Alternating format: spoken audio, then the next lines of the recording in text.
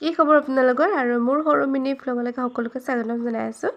আৰু আজি আমি ঘৰৰ সকলো পৰিয়ালে মিলি পিনে গৈ আছোঁ ওদালগুৰি থকা ভৈৰৱকুণ্ডলৈ। যিহেতু ভৈৰৱকুণ্ড এখন মানে পিকনিক স্পট হয়।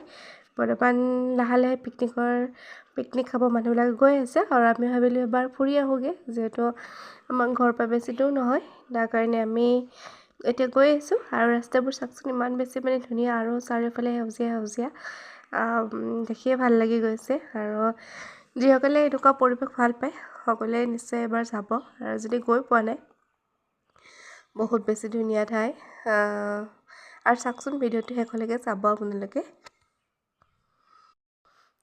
দেখিছেনে ৰাস্তাটো ইমান ধুনীয়া মানে পৰিষ্কাৰ আৰু চাৰিওফালে খালি সেউজীয়া। মানুহ বেছি ঘৰ নাই, ঘৰবোৰ পাতল ৰাস্তাবোৰ বহুত ধুনীয়া হয়। তাতে পাহাৰ আছে ওচৰতে, আৰু মানে যিসকলে গৈ পাইছে ন এবাৰ মানে আৰু তাৰ পৰা আহিবও মন নাযায়। ইমানেই ধুনীয়া ঠাই, মানে ইমান ধুনীয়া পৰিৱেশ, ভাল লাগে যাই পিনে। আৰু যিসকলে সঁচাকৈ গৈ পোৱা নাই সেইসকলে যাব পাৰে।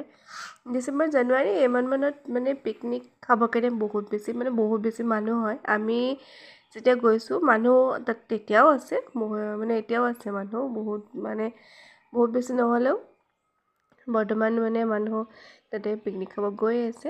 আৰু আমি ঘৰৰ পৰিয়াল এনেকৈ গোটেইকেইটাই মিলি পিনে গৈ আছোঁ। দেখিছেনে ৰাস্তাবোৰ মানে চায়ে ভাল লাগিছে, দেখি কিবা এটা ভাল লাগি যায়। আৰু এনেকৈ কাষে দোকান আছে কেইখনমান। আৰু আমি এনেকৈ গৈ আহিছোঁ, দাদা, ভাইটি, মা, দেউতা, মই আৰু মানুহজন এনেকৈ গৈ আছোঁ আমি গোটেইকেইটা।